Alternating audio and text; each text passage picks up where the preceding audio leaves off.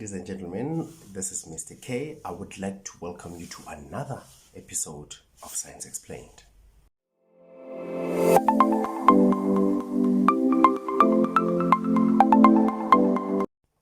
Right, so guys, I am going to talk about photoelectric effect today, and normally how I approach this type of a question is by using some properties of metals and non-metals. Okay, I want you to understand fully why is photoelectric effect mainly concerned about metals and not non-metals per se. Okay, so the first thing that I'm going to look at is the conduction band, because this is where everything starts. This is how I'm able to know that metals can conduct electricity, non-metals cannot conduct electricity. We need to make sense of that. What does that mean? Okay, so each and every metal has a conduction band. Okay, now in this conduction band we have obviously electrons that are floating around. Remember, electrons are delocalized. In other words, you cannot locate an electron to say, okay, this is where an electron would be. Is that clear? So when you look at the non-metals have a thick conduction band. So even if these electrons are going to receive an external energy, that energy will not be enough to cause an electron to be emitted from a surface of a non-metal. So hence a non-metal cannot conduct electricity. Whereas when you look at a metal has a thin conduction band. So meaning the electrons are able to jump off the surface of a metal. Hence it's easier for a metal to conduct electricity.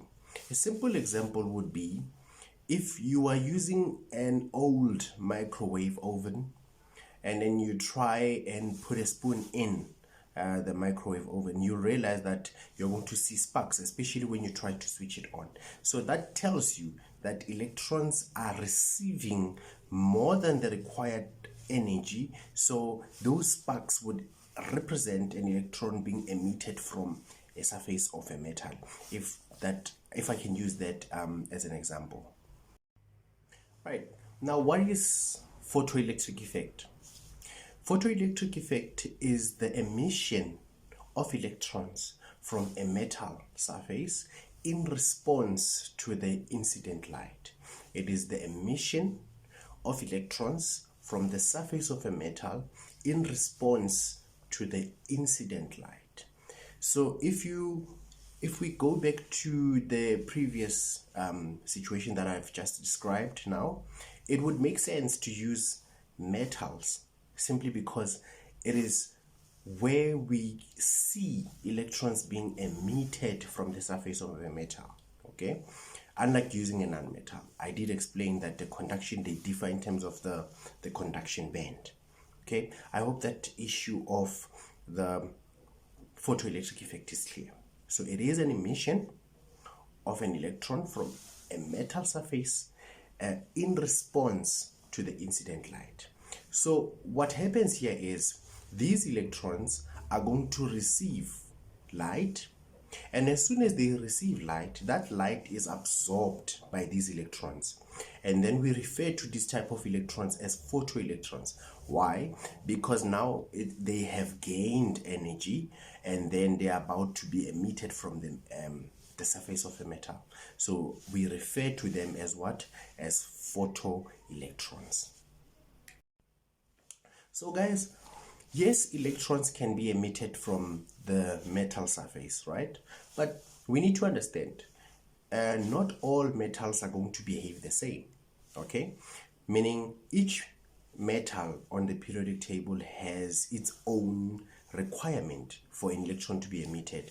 In other words, I cannot just shine any light onto a metal and then expect electrons to be emitted. No.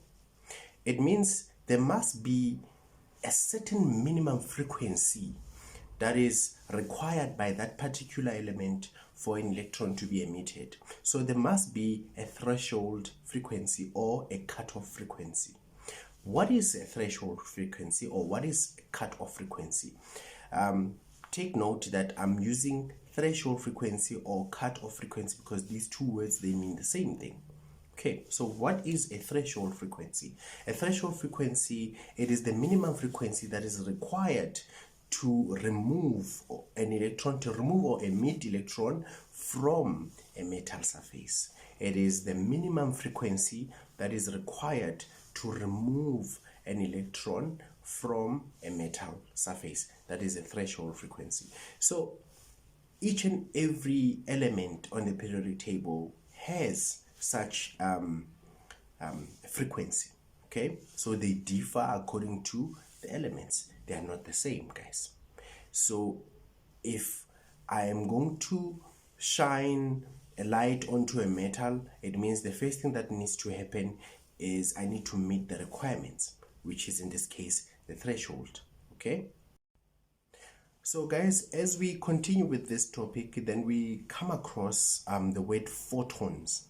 Okay, if you can remember, in grade 11 we had a scientist by the name of Huygens, okay, who was looking at light as a wave. Okay, but now later on Albert Einstein then said light is not just a wave, but it also comes with packets of energy which are called the photons. So whenever I talk about photons, you need to know that I'm talking about the packet of energy that comes with light. Okay, so which makes sense why electrons then, when they absorb this particular light, they are going to be emitted from a metal surface. Right, there's something else that I want you to take note of. Any light has frequency, and the frequency that I'm talking about is not a threshold frequency. It is just any frequency, meaning from the red light to the blue light, I have a certain amount of frequency that I have. Okay, guys, please, let's not make a mistake. This type of frequency that I'm talking about is just a general frequency, meaning each light has its own frequency. It's not a threshold frequency. Okay, please take note of that. So now, in an exam question, you're going to be given, of course, this type of frequency. You're going to be told that a light shines onto a metal with a frequency of whatsoever, hertz. Okay, that would be your general frequency, guys. It's not the threshold frequency. So that is why in that case we use the formula E photon is equal to HF, where H is Planck's constant and then F is this frequency that I'm talking about, which is a general frequency. So with this formula, what am I calculating? I'm calculating the general energy that can be supplied by this particular light. Is that clear, guys? Okay. Right. And then once we have this energy, the next thing that's going to happen is, remember what I said before, that elements have their own criteria, right? They use their own criteria. There will be this random light that shines onto a metal, but we need to go back and check, does it meet the minimum requirement? Remember, I was talking about the threshold frequency. So there's a general frequency and there's a threshold frequency. Okay, that is the first thing that I need to look at. And secondly, I'm going to look at what we call the work function. Okay, so what is this work function? The work function, it is the minimum energy required to emit an electron from a metal surface. There's similarity between threshold and work function, but guys, let's not twist the two. Threshold frequency talks about frequency, and then work function talks about energy. Okay, the how you define the two, it's almost similar, but you need to understand, if I'm talking about a threshold frequency, I'm talking about a frequency, a specific frequency. If I'm talking about work function, I'm talking about the minimum energy. So work function, energy, and then threshold, then it talks about frequency. Okay, so what is work function? Work function is the minimum energy that is required to emit an electron from a metal surface. So now we have this general frequency. What now? What needs to happen now? Okay, now we take this general frequency and then we compare it to the threshold frequency.